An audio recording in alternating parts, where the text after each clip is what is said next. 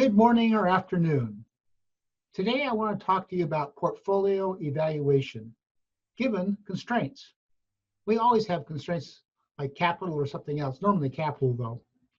My name is Brian Putt. I spent 4 decades working for Chevron, the last 2.5 decades working on decision analysis. I remember doing my first portfolio in 1994 and trying to explain that to management, a probabilistic portfolio, in fact. It didn't go very well. Probabilistic portfolios are very difficult to implement in large companies. So let's get into it. What is a portfolio? Well, oftentimes we have to decide whether to invest, how much to invest, and where to invest it.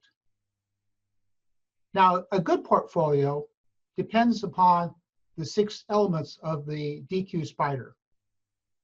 We have to have a wide range of alternatives. We have to have reasonable data to do that. And oftentimes giving probabilistic data for the alternatives, it can be difficult if the culture of the company is not right. We have to assess the uncertainty, and we have to understand our value measures and our risk preferences. This is an area where a lot of companies fall down. They don't know what their value measures are. You know, is it NPV or whatever? We'll go into that in a minute here. So that's one thing. And this portfolio is applicable to all kinds of financial instruments or portfolios of projects or whatever. Today, however, we're going to talk about a portfolio of electronic traded funds, ETFs. And these are things that you can find on Yahoo quite easily, along with any other stocks that you might want to consider in your portfolio. So how do we invest to achieve our objectives? We're going to consider 6 ETFs. We're going to consider S&P 500, a mid-cap ETF, the Dow Jones Industrials, that's only got 30 stocks in it, a small growth, a small value, and then because I come from Chevron, I had to include energy. So I've got a XLE in there for one of the ETFs. Now the big question is, what is my value measure? Is it rate of return or an internal rate of return? Is it NPV? Is it some sort of ratio of NPV into my capital? That's typically defined as a profitability index. You can look that up on the internet if you're not familiar with it. Maybe you're interested in simply risk reduction, or there's a lot of discussion about the environment today, reducing CO2, greenhouse gas, and so maybe you're worried about environmental damage. Maybe that's what you're trying to optimize on. Reliability. The Sharpe ratio is really well known.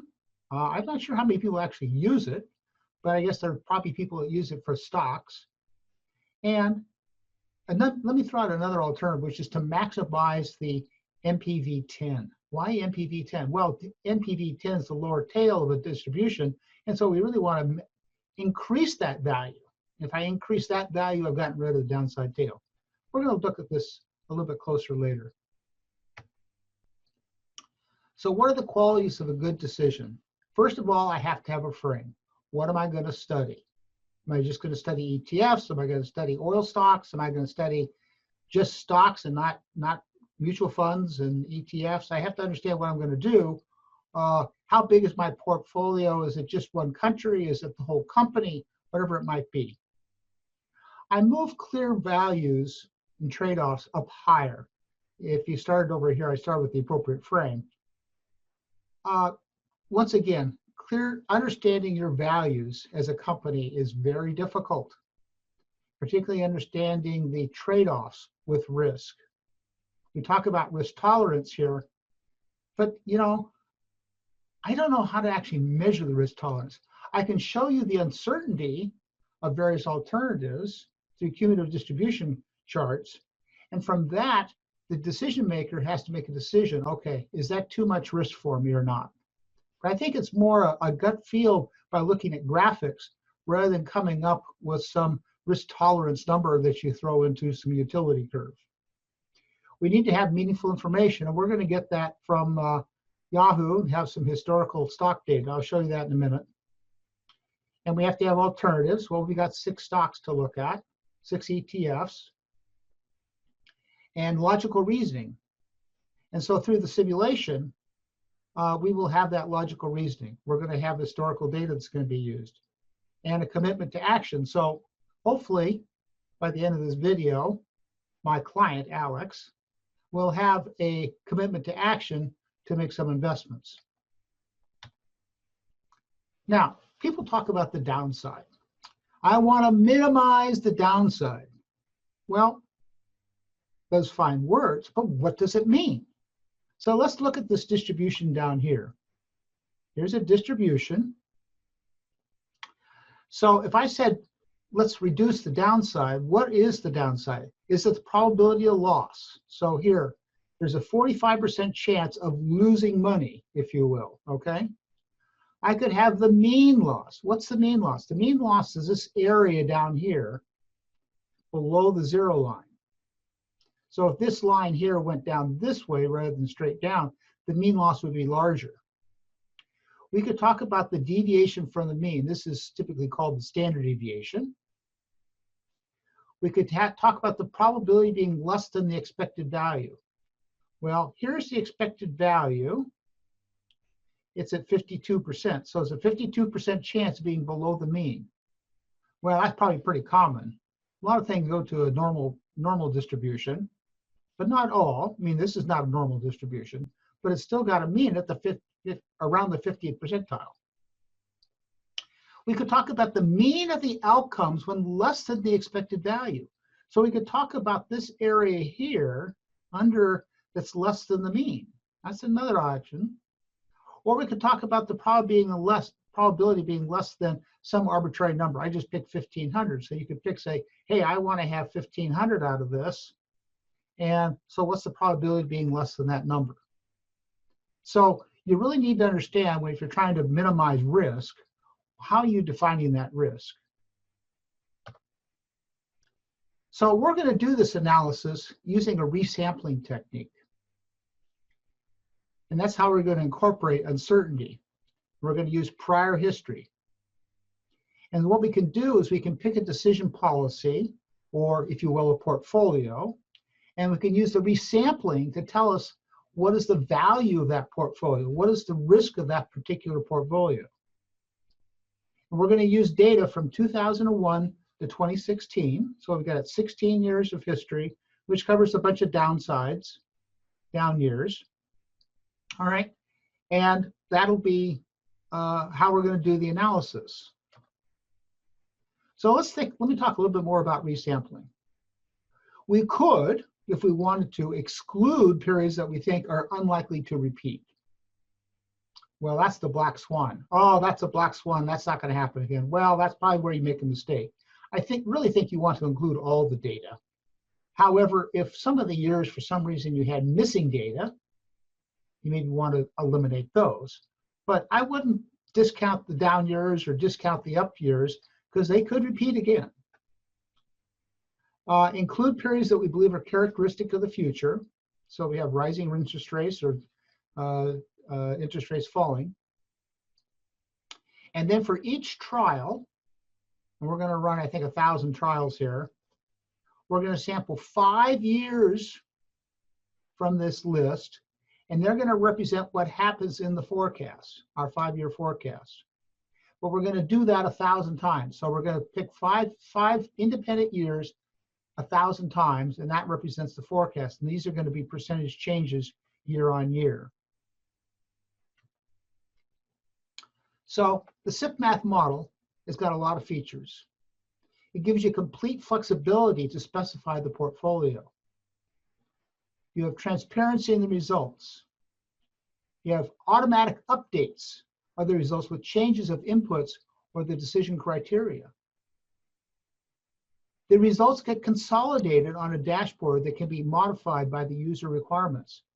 And so I can combine different things, and we're going to see that when we start to look at the portfolio model itself. We're going to do that in a minute here. You'll see how easy it is to have these Excel graphs. And these graphs are easily copied to PowerPoint, Word, or other applications. Really important. because you're not the decision maker of this portfolio unless it's your own portfolio, okay? And you've got to sell this to somebody else. You have to convince them this is the right thing to do. And the way you're going to do that is probably through graphics. Most decision makers don't live in spreadsheets unless they're an accounting type, okay? And what I'm going to show you today works with vanilla Excel solver, which is a free nonlinear optimization algorithm from Microsoft. Microsoft has tweaked the solver a little bit. So it still needs some work. It's not perfect, but it's gotten better, I think, over time. So it's time to get into the portfolio model. And so what the question here to Alex is, do you know your value measures, your decision criteria? And do you know your attitude to risk? At the end of this session, you may have a better idea about this yourself. I think it's time for us to get back into the portfolio model. And when we do that, you're going to need to know a little bit about your value measures or decision criteria. Mm-hmm. And so do you know your attitude towards risk? And could you quantify it?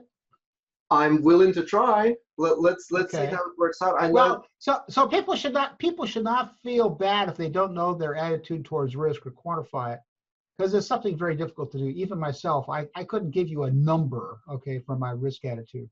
Mm-hmm. Typically, the best way to think about risk is to look at graphics, and then it feels right, and to compare that to other alternatives. So that's what we're going to do in this model. Okay. Well, let's imagine I want to invest about 200,000, and let's see how we can best allocate it to have a good risk-reward balance. All right. Well, hopefully at the end of the session, you'll have a reasonable portfolio that you can look at for your 200,000. Okay. So here's the portfolio model, Alex. And your 200,000 I've put into here. Let me make this a little bit bigger so we can see it. Mm-hmm. And what I'm going to suggest is that we look at investing in some ETFs, electronically traded funds. So this is the Dow Jones, S&P 500, and so forth. And to do the portfolio, you need some historical data. That's one of the relevant information in our DQ Spider. So for that relevant information, I have over here, I've collected from Yahoo and calculated the returns in various years from 2001 to 2016. And it's also very important, Alex, to consider the dividends, because some of these things have much higher dividends than others, mm-hmm. Particularly when you get into individual stocks. And so this is a collection of 6 different ETFs, and the question is, how do you allocate your 200,000 into those ETFs? Typically, portfolio analysis is using Harry Markowitz's modern portfolio, which uses covariance matrices. We're not going to do it that way. We're going to use simulation to do this. I think it may be more transparent to people. So coming back over here to the model, we've simulated 1,000 trials. Yep. So what is a trial? Okay. So let me move this over here, just a hair, so you can see these graphs. Mm-hmm. So this is one trial, and we can see that here is the distribution. Right now we've got equal weights of everything, okay? And so this is what the distribution looks like of the outcome of your portfolio. You currently have, I guess this particular trial is around 20%. So you're losing a little, 20% chance of losing money, maybe a little bit less. Actually 18.6% chance of losing money. Mm-hmm. And this is one cash flow. So, but there's 1,000 of these, Alex. So here's another one. Hey, this one looks really good. This is a great one. And you can see how the cash flow is way above here. These are the 10 of the 90 percentiles for the average cash flows. Mm-hmm. All right. So why don't we having said all that, why don't we try to optimize this thing and just kind of maximize NPV? How about that? Yep. Because at the moment, what it looks like, it's equal distribution across all 6 funds. Right. And right. that gives us the expected value of 300,000. Correct. Not Correct. bad. Okay. Let's see if we can do it better. Yeah, but you had a 20% chance of losing money too. Yes. Yeah. So let's see if we can do better than that. So we're going to go up here to data. So Alex, let's just check the solver and the parameters that it's using. First of all, C19. C19 is going to be the actual expected value cash flow in year 5. Down here, I've calculated the cash flows. We didn't talk about that, but this is where the simulations are taking place. Mm-hmm. And by changing C7 to 11, so we're going to be changing these cells right here. And this cell here just balances it to 100%. So we don't have to worry about energy. It'll be whatever we don't invest in these things. Yep. Now we've set the model up so you can specify maximums in any particular ETF. Right now we'll set them to 100%. And then obviously the portfolio, they all have to be 0. We're not going to allow bigger than 0. We're not going to allow you to short anything here on the ETFs, okay? So I'm treating you like an investor, Mm-hmm. long-term investor, and not a trader, okay? So, that's trading daily or, weekly or whatever in and out of the market. So we're going to be long-term investors here. And in fact, the way we're setting this thing up, we're setting a portfolio, and that same portfolio is going to last for 5 years. All right? Yep. So let's try solving this and see what happens. I hope it goes 100% into S&P 500. Oh, I see. Well, it didn't, Alex. It put everything in small cap value. Yep. 97%. But look, I mean, before you're at 20% chance of losing money. Now you're only at 10. And you have 349. Okay. I'll tell you what, let's copy that. Yep. And let's copy that, and I'm going to paste it as values over here, all right? So we'll paste that as values. Just for comparison, why don't we go back to your equal percentages, all right? And let's copy that one so we have that one as well. Yep. So this is interesting. We've had an improvement in the return and the reduction in risk. Yes, we have. But there's one small problem. So let's look at something else here, Alex. Let me just take this one and put it over here again, okay? Let's go look at this graph, okay? So this ETF that has a lot of the small cap value looks like this one over here, whereas our equal weights look like the blue line. Yep. All right. And so you can see how everything is better off there. Yep. So on paper, this is a much better option, but there's one little thing that probably not going to work out for us. Okay. And what's that? It has almost 100% in small caps, which is nice based on historical values. It looks like historically that particular fund was doing really well. But for my personal risk appetite, that's too much concentration into a single type of asset.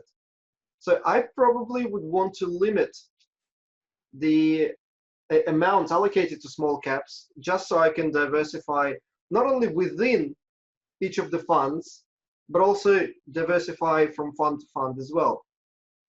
Let's see if we can put some constraints, additional constraints on this. Okay, well, again, initially you said you were hoping for 100% Standard & Poor's 500. It sounded like to me you're pretty risk adverse. So what kind of a maximum would you like to see on that small cap? Why don't we let's just limit the small cap, and we can limit them as we need to. Yep. To reach your comfort level on the risk attitude. Let's put it at 25%. I mean, 25%. yeah. 25%. Okay, like that. All right. So now let's optimize this NPV again and see how much that constraint impacted our results, because we're going to compare it to this one, right? Okay. So we'll come over here to Data, Solver, Solve. All right. So now what happened is it put the maximum it could in small cap and put the balance in mid cap. Interesting. And let's see what else happened here. Our probability of losing money went up to about 15%, but still better than the equal weightings. And we lost a little bit here on the expected value NPV, right? Mm-hmm. All right. So now mid cap would, I mean, I'm not saying that this is where we're going to be, but would 75% be totally out of the ballpark for you on the percentage? Do you mean too much concentration on mid cap? Yeah, yeah. Well, let's see if we just, I mean, just for the argument's sake, let's see if we can put a constraint on it as well. Maybe 50%. 50%. Okay. All right. I was going to say, because we've only got 6 assets we're considering here, and therefore, you can't put 25% on each one. So, yeah, you've got to give the model some flexibility to optimize, because what we really want to do here, Alex, is we want to look at an efficient frontier. Mm-hmm. And what the efficient frontier is going to say, let's reduce and let's minimize our standard deviation. Okay, this is standard deviation. This is one of Sam Savage's red words, I believe. Yep. Try to minimize that while we meet different minimum returns. Okay, and so then we can pick from maybe that efficient frontier. We can pick a portfolio as well. All right, because because as we looked at this, the this portfolio that maximized the small cap here with 9%, you see it has the highest standard deviation. Highest standard deviation. Yeah, so it's got the greatest uncertainty there. Yep. All right, so we're going to put 50% here. Yep, and run the solver again. We'll solve that as well. Okay.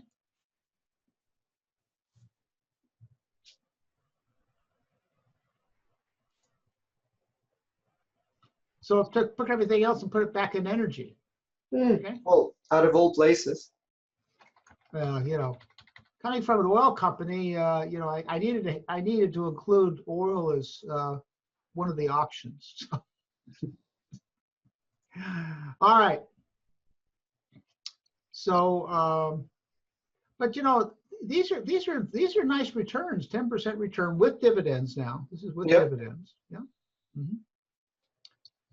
Okay, do you like that kind of as a reference case, and then we can kind of look at trying to minimize this standard deviation? Yeah, I do, because it's actually, it has a better concentration ratio, and standard deviation is just slightly higher. The actual expected value is just slightly lower. So yeah, it looks pretty good. Looks better. So it's very comparable. These two are very comparable here. Yeah. But this has got less concentration. This one over here has less concentration, right? Exactly. Okay. All right. So what we're going to do is we're going to come over here to this SIPMath chart data, and we'll take this 5-year values, and this is where there's a lot of stuff going on here in SIPMath behind the scenes, behind the curtain, if you will. But we're going to basically store that one and make it equal to our reference case over here. And then just so it's called that, we'll call this our reference portfolio, okay? Yep. So what you're doing right now, you're basically changing the line, the blue line on the graph. Yeah, so let's come back here and look. So now you see we're back here to our new reference portfolio of basically $320,000 in year 5. Mm-hmm. All right? Yep. So now what we'd like to do, first of all, we're going to move our graphs over here so we have some room. what I'd like to do is come up with an efficient frontier. Mm-hmm. So what we'll do here, so the maximum we can get to is 320. So let's just start here. Let's go at 250 and see what happens. And now instead of maximizing this EV, okay, what we're going to do is say we want to find a portfolio that achieves at least $250,000, Uh-huh. but minimizes the standard deviation. Okay, so we're looking for here for a portfolio that's got a standard deviation of less than 107. Yep. So we'll come over here to data, solver, and now we want to, let me move this over here. We want to minimize the standard deviation, subject to all the same constraints. Yep. So we'll solve that and see what happens.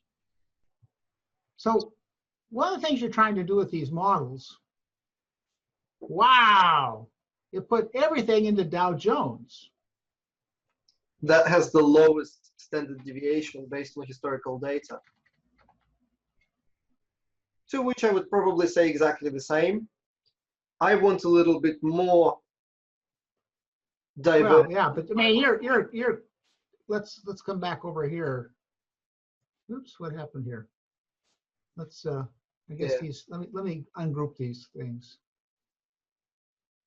You don't have to. Well, anyway, it doesn't matter. I don't know. They just. Something happened where they got out of sync because I wanted to show this. So this particular portfolio with all Dow Jones, you see, is way lower than this blue line. You'd like to get a little bit closer to this blue line, I think. Yep. If you can, right? But in any case, let's maybe we don't need that cash flow one. So much lower actual expected value, but also much lower standard deviation. Oh, where am I here? Okay. All right. Yep. So now I think you copied it twice. It's already there. Oh, it's already there. Okay, we'll overwrite this one. We'll okay. overwrite this next one. I'm not sure why that got there, but that's all right. That's fine. Yeah. So let's see if we can put a constraint on Dow Jones, because I don't want everything. No. We don't want to do that. We want to just work out the efficient frontiers. Okay. And then you'll pick one out. Okay. Okay. So, but I think it's interesting. It's interesting to note that even though we asked for 250 here, okay, I'll just erase this so we don't get confused. Okay. Yep. We asked for 250, but we got 270. So really, trying to just minimizing the standard deviation, which went down quite a bit, by the way. Yep. We're at 270. So let's put this at 280. Okay. Oh, I see what you're doing. Yeah, perfect. I got one extra zero in there, I think. Yep. All right. And so now let's optimize this.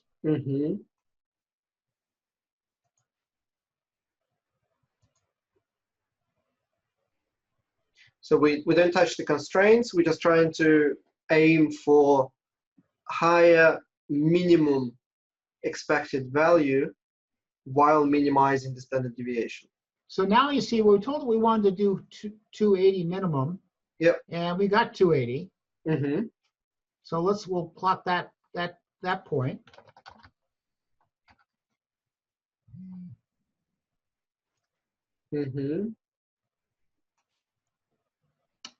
And then we'll move along here and go 300 maybe. Okay. All right. Yep. Data solver. Solve.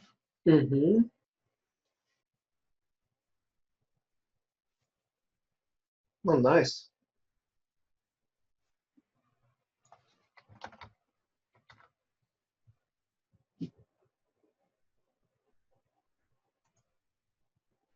And then we'll do, I don't know if we can get to 320. Let's do 310.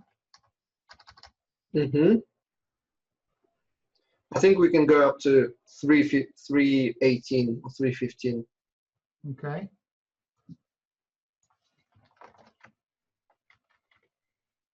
You see how we didn't have to worry about our percentages because by looking at the efficient frontier, it's automatically doing some diversification for us in this particular case. So you think we can do 315? So let's do 315. Okay. Yeah. And then we'll graph this and see what it looks like. Okay. Mm-hmm. Because remember, I said that it's much easier to look at your risk tolerances in a graphical way. Yeah. So, but what we're doing now, and this is very important message for everyone who's watching us, what we're doing is we're trying to look at the same portfolio from two different angles. First, we were trying to optimize to find the best returns, and now we're trying to optimize to find the least risk, least uncertainty. So, and right. then we will combine those two different ways of looking at the portfolio in something that is called efficiency frontier. Okay. So now, I tell you what I'm going to do is I'm going to generate I'm going to plot all of these data points, Alex. Yeah. Even the ones over here. Mm-hmm. And let's just look at them and then we can talk about them a little bit. Uh-huh. So the efficient frontier, the graph is an XY graph where the y-axis is MPV, or excuse me, in this case it's going to be the actual EV in year 5. So we'll just pick up all of these data points and we'll insert an XY graph. And then we'll do a chart design, select data, edit. And for the Y values, we're going to use the standard deviation, which is, I believe, this one right here.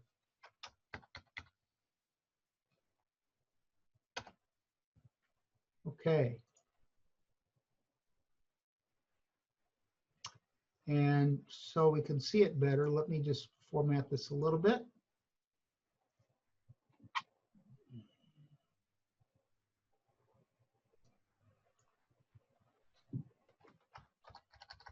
Mm-hmm. And maybe we could do this at 120. Well, it did that for me at all in the case. And this one we can do at 250. All right. Now, what I see here is an efficient frontier that kind of runs this way. Mm-hmm. But then what is this point?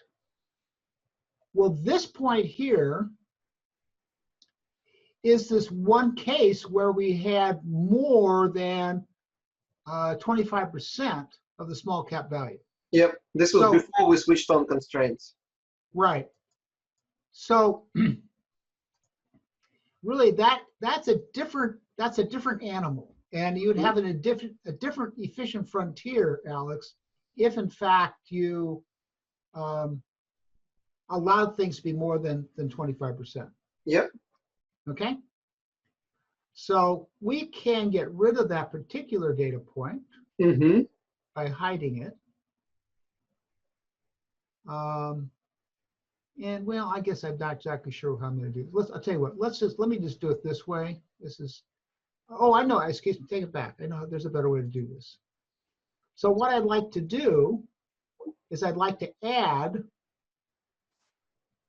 Let's see where are we here. So these are our over here. This is our efficient frontier. Yeah.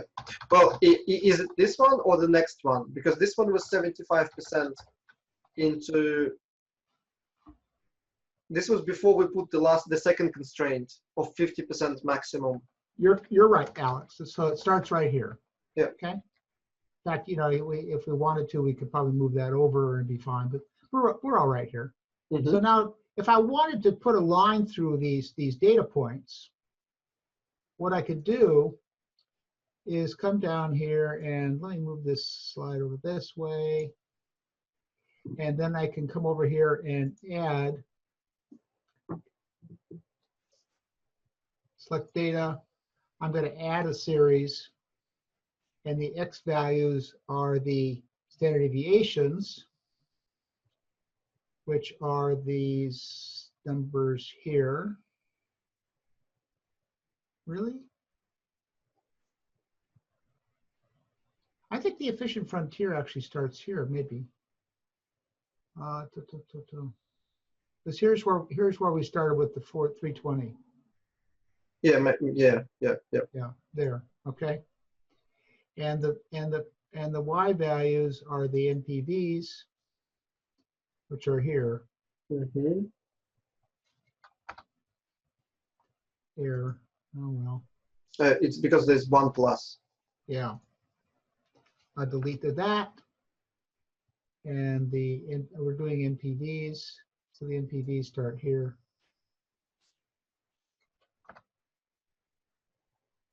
Okay, let's see what that looks like.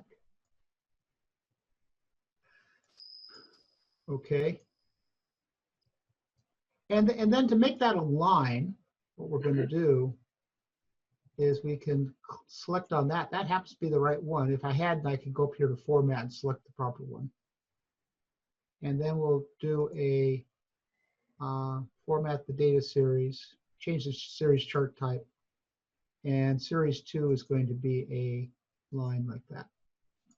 Okay. Mm-hmm. So here we have this efficient frontier. These data points were. This was before we started putting constraints in. Okay. So this efficient frontier probably goes underneath these things, right? Yep. Did we ever try to do anything bigger than the 315? No. No. So we just do one and see what it looks like. Let's. Okay. Let's try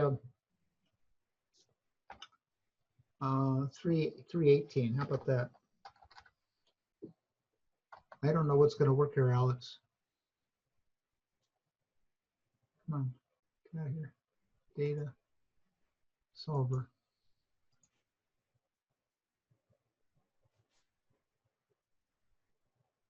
318 should work because I think the highest we can go is 319.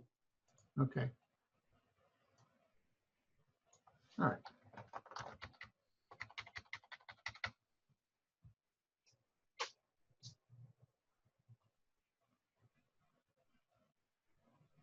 And then we can extend our. So why am I not getting there? Here's the graph. We'll just extend it this way. Okay. Mm-hmm.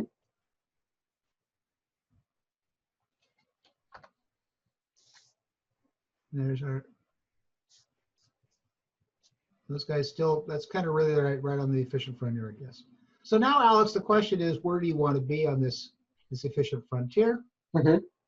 And you can see that as my NPV or my cash value, let me just put some axes titles on here. So this is the standard deviation.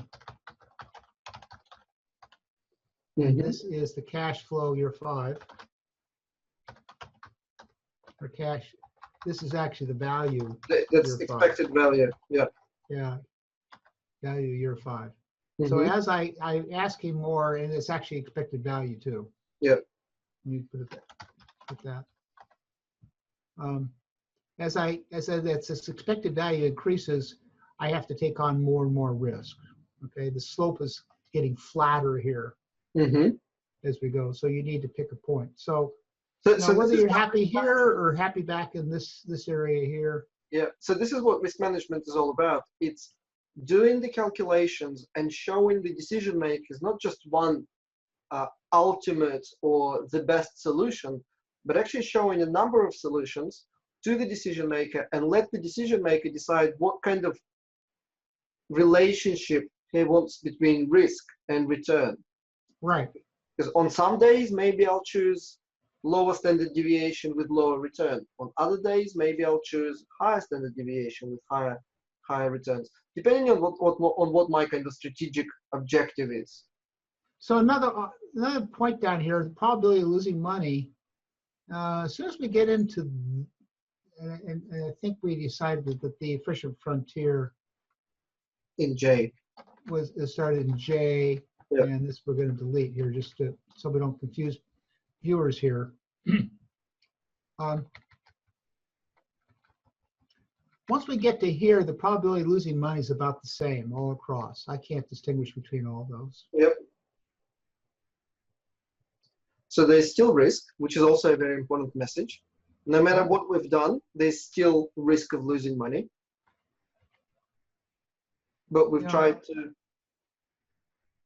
Mhm. minimize that. So the standard deviation is here. I'm going to keep increasing the standard deviation.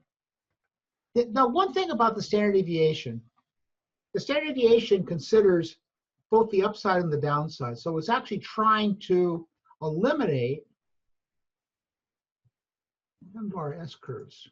I guess we lost our S curves, or S curves are over here. Okay, here are our S curves.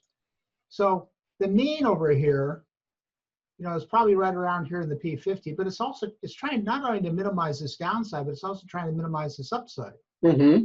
So another way you could think about this is to just think about the difference between the mean, okay, and the P10. So in other words, what you're trying to do is to minimize this distance, this horizontal distance here in this S curve. Mm-hmm. Is another way to think about it. And you could work out a different efficient frontier for that. Maybe we'll leave that to our viewers to look at. Yeah. And think about. But I just want to mention, I think we had a slide earlier that we talked about different value measures, and you need to have a good discussion about the value measures, whether that's with your spouse or within your corporation. What are the value measures I want? That's not the same as the risk metric. Mm-hmm. But what's important to you, and then you could look at different portfolios here and see how different they are. So Alex, you got an idea what you want to do? I'm happy with the higher standard deviation, higher return option, while still on the efficient frontier. So you're happy with this higher standard deviation. So you're happy with this one here, right? Or actually this one over here. Or N or O. Oh, N or O. Okay, right. I'm sorry. I was on the wrong side of that. Yeah. Okay. So that's a good So solution. you don't have more than 50%. Yep. Okay. Let's try. So let's try one thing here, Alex. Let's put in a 315 as a minimum. Okay. Mm-hmm. And let's minimize our mean to P10. Mm-hmm. We'll just do one of these. Yep. Data solver. And so rather than minimizing our standard deviation, Mm-hmm. let's minimize our P10. Everything else is the same. Okay. Mm-hmm.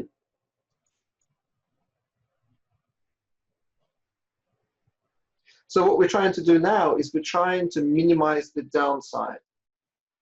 Try to minimize the downside, right? And the question is the portfolio really different? Okay. Mm-hmm.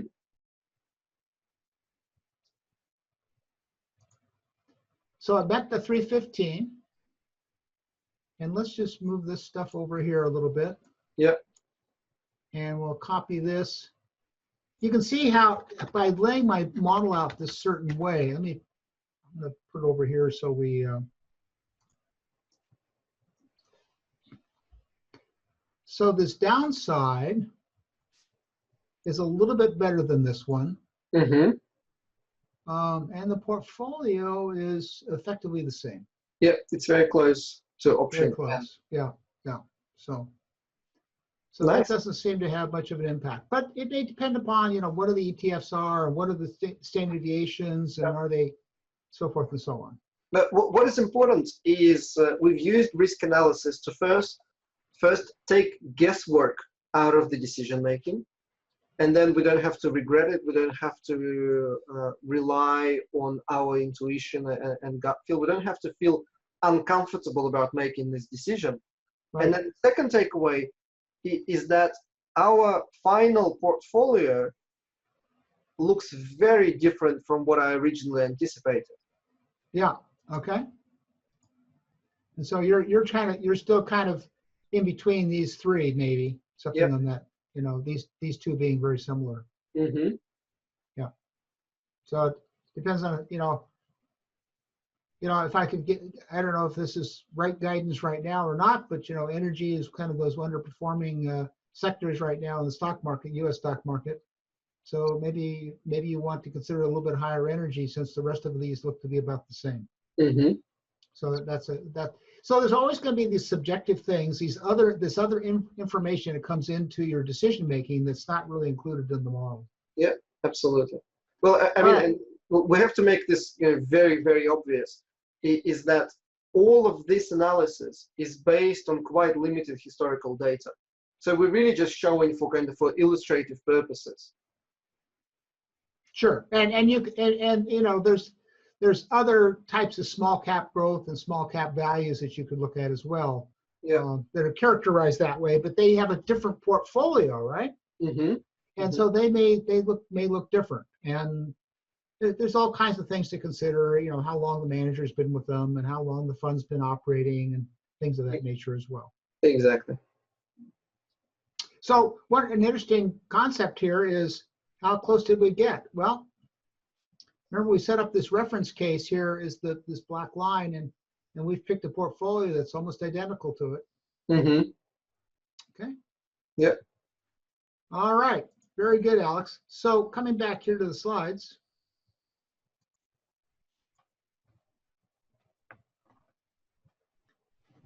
We have a better idea about our value measures. Mm-hmm. There's many ways to measure risk. We talked about some. We actually demonstrated two, one being the standard deviation, one being this difference between the mean and the P10. Mm-hmm. And looking at using graphics to look at our attitude towards risk. We didn't really talk too much about the rate of return, but you got to be really careful about that because you just can't average rates of return. You have to do the geometric mean and some other things. So it's got to be a little bit careful using return as a metric. And we've seen how the simulation has provided some flexibility. We can change a lot of things. We could go in there and add some additional stock ETFs if we wanted to. And then what we're doing here with this portfolio, we've used stocks only because stock data is so readily available. But if you're in a company and you had a portfolio of projects, all you would need to do is have some measure of risk on each one of those, which I'm not saying that's trivial to do. But if you had all that, you could then, you know, run your portfolio of that. Or maybe you've got a portfolio of housing assets or something of that nature in different communities, or you're looking at where to invest or things of that nature. So there's lots of things here to be done. So any other questions, Alex? I'm happy. I'm really happy that we showed an example of how we can take guesswork out of making, you know, complex, uncertain decisions using risk analysis. And you know, the key takeaway is that all we've done is we used the free SIPMath and we used inbuilt Excel functionality solver. Right. So if you remember here, it's working with it. We demonstrated how it's using Excel solver. And there's other algorithms you can get that are more powerful if you really had something really big that you wanted to do. Mm-hmm. So, and hopefully you found this transparent in the results. And I think the other thing that makes it SIPMath really valuable is that the ability that you and I could interact real time. Mm-hmm. Okay, we didn't have to go away and come back to another meeting or anything like that, or send your results on email. We could interact and we could go where we wanted to. Exactly. I mean, all of the calculations were happening, you know, live as we are discussing this. Right. That's correct. Pretty impressive. Yeah, and also the other thing is the ease in which we were able to generate that efficient frontier. We just used, you know, normal graphics. We didn't have to have any special knowledge. Yeah. And also, Alex, I can send you this portfolio, and you can see it without even having the SIPMath tools. There's nothing that you have to purchase to or even have installed on your machine to look at the portfolio and actually change it. So in other words, if you wanted to go, if I sent this to you, even without SIPMath, you could go in there and change those portfolio percentages, and it would automatically update for you. Absolutely. And I mean, you better do send it to me just in case I may have $200,000 to invest at some stage in my life. All right. Well, wonderful. Thank you so much, Brian. And once again, I encourage everyone to ask questions, comment. And if you haven't seen other workshops done by Brian during this week, earlier this week, watch the replays because they're very, very powerful messages there. Thank you, everyone. Bye. Thank See you. you in the Bye-bye. next workshop.